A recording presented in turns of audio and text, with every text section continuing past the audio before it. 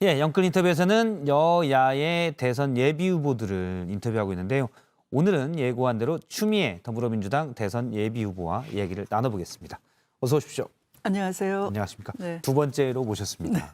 예, 일단 민주당 대선 본경선이 계속 진행 중이고요. 네. TV 토론도 여러 번 열렸습니다. 네. 많은 사람들도 좀 보고 각 지역을 보실 텐데 네. 당에 대한 것도 있고 민심에 대한 것도 있고 특히 추미애 후보님에 대해서는 어떻습니까? 시민들의 목소리가. 네. 가장 민주당다운 후보다. 라고 하고요. 예. 또 이제 제가 나가면 마중 나오신 분들이 아주 적극적인 지지층입니다. 민주당의 개혁 완성을 바라는 분들이고 예. 개혁을 다시 복구시키고 개혁이라는 말을 꺼내주고 그 사회 대개혁이라는 말을 촛불광장에서 제가 처음 드린 말씀이거든요. 예. 그 사회 대개혁을 문재인 정부에 이어서 완성시킬 믿을 수 있는 후보, 추진력 있는 후보다 굉장히 좋아하시죠. 네. 사실 개혁을 제일 많이 강조하셨고 검찰 개혁은 맨 앞에 서 있으셨고요. 지금의 언론 개혁, 이른바 언론 개혁에 대해서 가장 목소리를 높이십니다. 네. 근데 이 얘기부터 먼저 잠깐 드리면, 네. 근데 대선 본선에서는 중도층의 표도 중요하지 않습니까?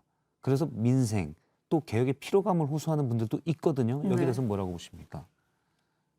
민생과 개혁이 별개가 아니고요. 예. 개혁이라는 건 어떤 우리의 그 민생을 가로막고 있는 특권 구조 또는 기득권 카르텔 예. 이것을 혁파해야지만 민생 경제 정의가 찾아진다, 회복이 된다 하는 것이죠. 그래서 개혁의 목표는 민생을 위해서라는 겁니다. 예. 그래서 개혁을 필요해 한다는 건 민생이 정말 잘 굴러가기 위한. 가기를 원하는 분들은 예. 필요하다는 말을 하지 않고요. 개혁 필요하다 하는 건 개혁을 거부하는 특권층, 특권의 카르텔이 예. 필요하다라고 개혁 저항을 보이는 것이죠. 조금만 더 구체적으로 여쭤보면 네. 예를 들어 이런 부분도 있지 않습니까? 그러니까 검찰 개혁 부분에 우리 사회가 법무부 장관 계실 때 검찰 개혁에 많은 에너지가 들어갔지 않습니까? 네. 사실은 그러면서 이제 찬반에 어떤 그 이른바 진영 갈등도 컸다는 얘기도 있었고요. 네. 그러면 당시 부동산 문제랄지 국가적 현안들이 여러 가지가 있는데 네. 정부의 에너지가 한쪽에 너무 쏠리면 이쪽 에너지, 부동산 문제랄지 이런 데는 상대적으로 에너지를 덜 쏟게 될 수가 있지 않겠습니까? 그렇지 않습니다. 검찰 개혁은 법무부 장관이 하는 것이고 검찰을 상대로 하는 것이니까 언론만 그 본질을 잘 전달해 주면 되는 것이고요. 언론이 주윤 갈등 프레임을 씌워가지고 갈등 소재거리로 만들어 버리니까 안 되는 것이죠. 오히려 언론만 제대로 그 본질을 짚어준다면 얼마든지 개혁해낼 수 있는 것이고 지금도 거의 목전에 다다랐다 생각합니다. 그걸 해내지 않으면 다른 개혁이 불가능한 것이죠. 예를 들어 커다란 대형 경제사범. 네. 검찰이 선택적 수사를 하고 선택적 기소를 한다 그러면 그들에게 면죄부를 주면 사기꾼들은 전관 특수통 출신 변호사를 투입해가지고 변론을 받아서 다 빠져나가고 한다면 우리 사회 경제 정의가 안 찾아지죠. 다수의 민생 피해가 생기는 것이죠. 그게 곧 민생이에요. 물론 법무부 장관으로서는 당시에 검찰 문제가 그렇다고 볼 수 있겠지만 사회의 큰 이슈가 되면서 대통령도 거기에 신경을 써야 되니까 에너지가 분산되거든요. 사실 뭐 경제적으로 얘기한다면 만일 어떤 대기업이 너무 많은 기업들 계열사를 거느리다 보면 이쪽 저쪽 다 신경 써야 되니까 에너지가 분산되고 말씀하신 기득권 카르텔을 깨는 거는 장기 과제잖아요. 다가오는 예를 들어 부동산 문제는 이거는 바로 피부로 겪는 일이어서 에너지가 분산된다는 걱정인 거죠. 대통령으로서는 좀 다를 수가 있을 수가 있어요. 오히려 그 경제사범이나 이런 것을 이 사법 정의를 제대로 못 찾아가지고 검찰 권력이 비대해지고 하는 가운데 사법 정의가 안 찾아진다면 그 사기꾼에게 면죄부를 주게 되는 것이잖아요. 그럴 때 그 부동산 시장도 어떤 반칙과 독점 이런 것이 판치게 되는 것이죠. 뭐 지금 보면은 그 국회의원 윤희숙 의원, 그 KDI에서 혹시 정보를 유출해가지고 그런 지위를 이용하지 않았는지 굉장히 의심스럽잖아요.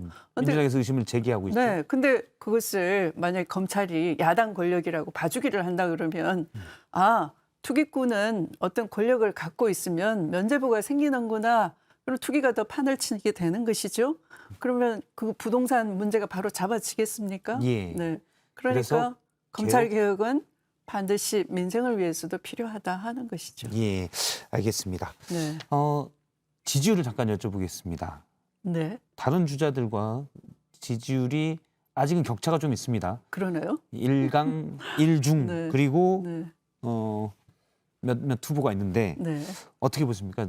원래 야권에서 윤석열 후보가 이제 지지율이 좀 높으면서 꽝 잡는 매는 낮추다 네. 해서 했는데 네. 일단 꽝은 여전히 좀 크게 있고요. 그러나 매의 지지율이 좀 뭐 아직은 예 어떻게 보십니까? 그러나 꽁을 잡은 건 저가 맞죠. 예. 네. 그런데 이제 꽁에 대해서도 예. 사실은 닭이 잘 안 찾아지니까 꽁 대신 닭을 찾는데 그 꽁은 높이 나를 수가 없어요. 어차피 본선 못 갑니다, 제대로.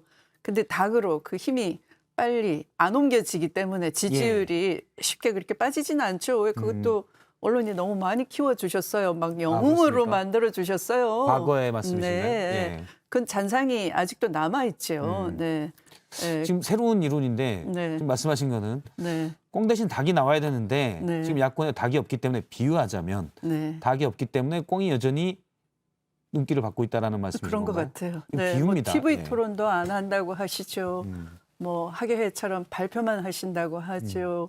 근데 그것도 꿈속에 제가 나타나는지 뭐 본인 정부에서는 예. 김경수도 없다, 추미애도 없다, 그냥 비전 대신에 예. 꿈자리 시끄러운 얘기만 하기 때문에 예. 네, 저 상태가 오래 갈까 싶습니다. 그 부분부터 먼저 여쭤보면 네. 어제 있었던 일입니다. 네. 국민의힘 경선 후보들의 비전 발표회에서 윤석열 후보가 한 네. 얘기입니다. 방금 전하신 건데요. 말씀하신 건데 윤석열 정부에는 뭐 드루킹도 조국도 김경수도 추미애도 없다라고 하셨습니다. 네. 전 지금 빼겠습니다. 안 나와서. 네, 네. 여기에서 추미애는 뭘 상징했다고 보십니까? 헌정사상 초유의 수사 지휘를 2번씩이나 받은 검찰총장. 예. 근데 그 내용도 음. 본인이나 본인 가족 측근 비리에 관한 것들이에요. 예. 네. 음. 그러니까 검찰총장으로서 수사의 독립성을 보장해주라, 개입하지 마라 이런 내용이니까 굉장히 수치스럽죠. 예. 네. 그다음에 또 헌정사상 초유로 징계 청구를 받은 예. 그런 사람이고 그걸 지휘해낸 예. 사람이 저니까 물론 징계 청구 꿈속에서도 나타나리라 봅니다. 네. 윤석열 후보의 꿈속에는 추미애가 있다. 네. 좋은 꿈은 아니겠군요. 윤 후보의 입장에서는. 뭐 악몽을 꾸시다가 예. 깨겠죠. 다만 그렇지만 네. 징계 청구를 하셨지만 네. 당시에 이제 가처분 신청에서도 이게 징계 직무정지가 안 됐고요. 받아들여지지가 않았고요. 네. 그다음에 뭐 행정법원에서도 직무정지가 부당하다고 네. 일단 가처분 신청에서 얘기를 네, 했습니다. 네. 그래서 법원에 의해서는 인정이 못 됐어요. 당시 징계 청구. 아니요, 지금 본안 심리 중이고요. 예, 본안 그 심리 가처분 당시는 신청에서. 그 예. 당시는 본인이 이제 직무 배제에 직무배제. 대해서 예. 네, 그 집행정지를 예. 신청을 해서 그게 그게 받아들여져서 받아들여졌죠. 직무 복귀를 한 것이죠. 예, 예. 네. 뭐 그러나 본안은 그거와 다른 거니까. 음. 네. 그것은 지금 직무 배제에 대한 효력 정지라는 건 임시의 예. 처분인 것이고 본안은 지금 심리 심리가 중인데 중이니까요. 검사장 두 분이 수사 방해가 굉장히 집요하고 예. 끈질겼다, 심각했다. 그래서 증거인멸이 됐고 예. 증거를 확보해야 될 그 시기를 놓쳤다라는 그냥 심각한 증언을 하게 됐죠. 그게 예. 언론 보도에 나와 있죠. 알겠습니다. 지금 가처분 신청의 판단이었을 뿐 네. 본안 심리 결과를 봐야 당시 징계 청구가 적절했는지를 판단할 수 있다는 말씀이신 거죠? 네, 제가 조만간 징계 의결 당시에 막전 막후 어떤 일이 있었는가 밝히게 될 것입니다. 아 그렇습니까? 네. 여기서 좀 왜 그런 걸 또 시간이- 조만간 밝히십니까? 시간이 시간 많이 드릴게요. 저기. 부족하니까 나중에 밝히겠습니다. 다음 주에 제가 30분 드릴 테니까 밝혀주시겠습니까? 알겠습니다. 네. 정치권 이슈에 대해서 본격적으로 네. 좀 여쭤보겠습니다. 네. 지금 벌써 이전에도 본격적으로 여쭤봤는데 지금 언론중재법 가지고 네. 언론단체와 네. 집권여당 네. 또 야당 네. 다 갈등이 심하지 않습니까? 네, 네. 후보님은 입법에 동의를 하셨습니다. 네. 오늘 하신 말씀은 자유에 걸맞는 책임이 언론이 강조돼야 한다라고 하셨는데 네. 꼭 통과돼야 된다고 보시는 거죠? 우리나라가 선진국이라고 하는데요. 예. 언론 분야에 있어서는 언론의 자유는 세계 최고로 보장이 돼 있는데 상위권이죠. 네. 그러나 언론 신뢰도는 굉장히 낮다 하는 것이고요.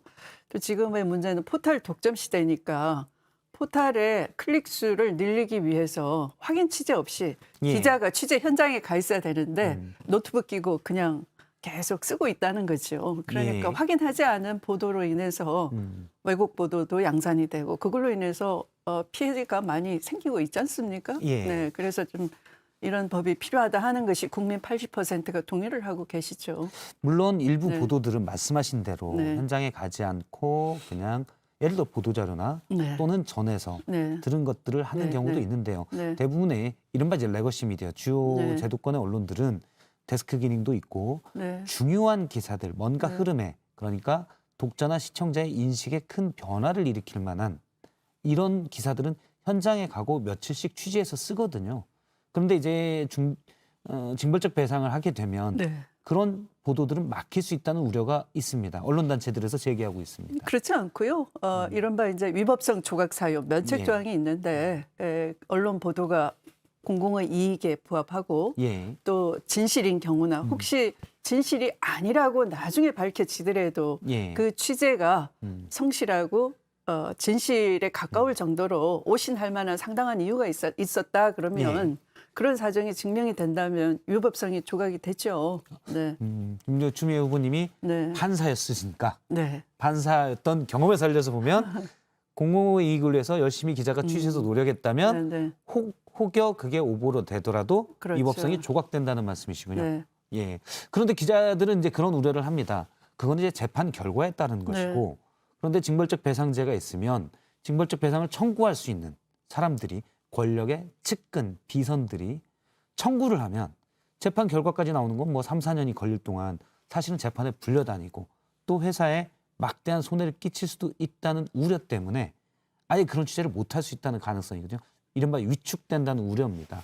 여기에 대해서는 어떻게 보십니까? 근데 모든 보도에 대해서 그렇게 하는 건 아니고요. 예, 예. 네, 그 보도가 너무 계속 반복적이어서 고의 중과실이 뻔히 보이거나 예. 네, 또 정정 보도가 있은 후에 예. 또 계속 허위 보도를 하거나 예, 뭐 예. 인용 보도하면서 계속 그 못 봤다 그러고 계속 예, 예. 네, 할 수가 있잖아요. 그리고 또 기사의 그 본론하고 다른 사진을 예. 인용해서 선입견을 준다거나 또 제목과 내용이 다르다거나 예. 이런 좀 고의적이고 중과실적인 이런 부분에 대해서 징벌적 배상을 매긴다 하는 것이지 예. 모든 보도가 그러하지는 않죠. 그게 이제 딱딱 명확하게 돼 있으면 네. 나는 여기에 징벌적 배상이 대상이 아니야. 내가 취재하고 네. 있는 건 아니야라고 생각할 텐데 네. 사실 현재 법사위를 통과한 언론중재법 30조 2항은 네. 그런 명백한 부분이 좀 이번에 빠지기도 했고요. 네. 약간 명확하지 않아서 언론단체는 그런 부분들이 우려된다는 걸 표를 하고 있습니다. 예를 들어서 네. 지금 대선 야권에 꽝 잡으시겠다고 하셨으니까 그 윤석열 후보의 여러 네, 검증들이 있었잖아요. 검증 네, 보도들이 네, 있었잖아요. 네, 네. 예를 들어서 네. 장모 또는 가족의 네, 네. 주가 조작 연루돼 있지 않느냐는 네, 네. 의혹이 있었거든요. 네. 주가 조작 같은 경우는 사실 기자들이 명확한 소스와 이런 것들을 밝히기가 쉽지는 않아요. 네, 통장을 네. 까볼 수가 없기 때문에. 네, 네, 네. 그래서 취재원들의 전달 이런 것들을 통해서 하는데 이게 징벌적 배상제가 만일 시행되고 있다면 네. 상당히 취재하기가 보도하기는 어렵거든요. 어렵다는 목소리가 있습니다. 저는 그렇게 생각하지 않고요. 예, 왜 예. 어렵다고 하는지 모르겠는데. 소송 당할까 봐. 사실은 뭐 기자들이 대부분 그렇습니다. 네. 자기 밥그릇 놓는 거는 뭐 크게 네. 네. 어차피 그러나 네. 하는데 네. 본인 때문에 동료들의 밥그릇이 없어질까 봐. 아까 그게 말씀드린 것처럼 그것이 사실은 막연하게 초입 단계에서부터 그냥 의혹 달고 막 쓰면 안 되거든요. 예. 네. 상당한 취재를 했고 그 취재에 대해서 어떤 전문가적인 진단을 또 받고 또 그런 그 보도 자체가 예. 좀 객관화될 수 있다라고 하고 또 충실 보도를 했다. 반론권도 보장했다. 예. 그 단계에서는 보도할 수 있는 것이죠. 그러면 얼마든지 공익성을 증명할 수 있는 것이고요. 알겠습니다. 네. 지금 최대 현안인 네. 뭐 언론중재법 제가 이전에는 사실 기자라니까 뭐 언론사에서 이걸 자꾸 현안 안 하는 거 아니야라고 해서 잘 안 들었었는데 네. 주반부터 이제 현안이 돼 있어서 좀 대선 주자로서의 현안에 대한 입장을 네, 좀 네. 여쭤봤습니다. 네. 그 추미애 후보님의 공약도 하나 좀 들어볼게요. 네. 최근에 국민 안식년제를 발표하셨잖아요. 네. 조금 더 설명해 주신다면? 관심 주셔서 대단히 고맙습니다. 공약을 아무리 예. 말씀드려도 예. 네거티브로 자꾸 빠지고 저한테 눈길을 안 주시더라고요. 아니 저희는 저번에도 네. 오셨는데 제가 부동산 공약까지만 맞습니다. 10분 얘기했지 않습니까? 네, 네. 지금 제가 말씀드리는 전 국민 안식년제라는 것은 앞으로는 노동을 전제로 하는 사회가 아닙니다. 예. 네, 그러니까 고용 없는 성장이 지속되고 있어서 제가 이런 신기술 시대에 예. 신기술 시대로 빠르게 진입하기 위해서는 사회를 대전환을 해야 되는데 이 경제적 약자, 소외되는 사람이 없도록 모두를 포용하는 정의로운 대전환, 그것을 계속 고민하고 있습니다. 정의로운 대전환을 위해서, 포용 사회를 위해서 단순히 성장이냐 분배냐 이런 이념 논쟁에 빠지지 말고 이 모두를 종합해서 할 수 있는 예. 방안으로 국민 안식년제를 도입하면 그러면 이제 평생, 그러니까 생산 가능 기간 동안 네. 15세부터 64세까지죠. 그렇죠.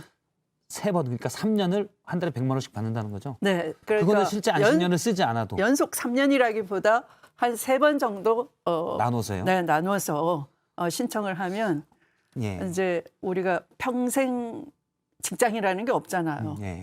또 평생 교육을 받아야 되는 거죠. 기술 주기가 짧으니까. 예. 그러면 예를 들어 20대에 내 전공과 다르게 뭔가 일자리가 있어야 될 것 같은데 그렇다면 내가 대학에서 배운 거와 다르게 예. 이 안식년을 활용을 하고 공부를 좀 새로 하고 싶다. 100만 원씩 100만 1년 원씩. 내내 받아서 준비를 할 수 있고요. 그런데 사실은 네. 평생 직장이 없다는 게 네. 능력이 있는 분들 얘기고요. 능력이 없는 저 같은 사람들은 평생 직장이 좋습니다. 그러니까. 갈 자리를 찾기가 힘들면 한 곳에서 보장해 주면 좋습니다. 그런데 예. 우리 JTBC가 박 기자님만 계속 예. 이 자리에만 박 기자님만 전용 자리로 안 할 수도 있잖아요. 그럴 그렇죠. 때 그런 두려움이 있습니다. 네, 그럴 때 이제 뭐 AI 시대가 왔다 예. 그러면 도대체 AI가 뭐냐, 코딩이 뭐냐, 예. 기술을 알고 싶다 그러면 안식년 신청해가지고 1년 동안 그런 기간을 보낼 수가 있는 거죠. 예. 네. 그때는 사실은 네. 그러니까 제가 회사를 다니면서도 안식년을 할 수도 있는 거죠. 그렇죠. 왜냐하면 100만 원이기 때문에 회사를 안 다닐 때 안식년을 100만 원 갖고는 생활이 안 되잖아요. 네, 네. 그래서 네. 다니면서도 신청할 네, 수 있는 네, 거죠. 네, 당연히. 네. 예. 하지만 일부에서는 네. 너무 그냥 돈 뿌리는 거 아니냐라는 그렇지 얘기도 않습니다. 있지만 네. 시간이 다 돼서 그건 다음에 나오셨을 때 한번 잠깐 얘기를 또 들어보겠습니다. 네. 예. 오늘 말씀 고맙습니다. 네, 감사합니다.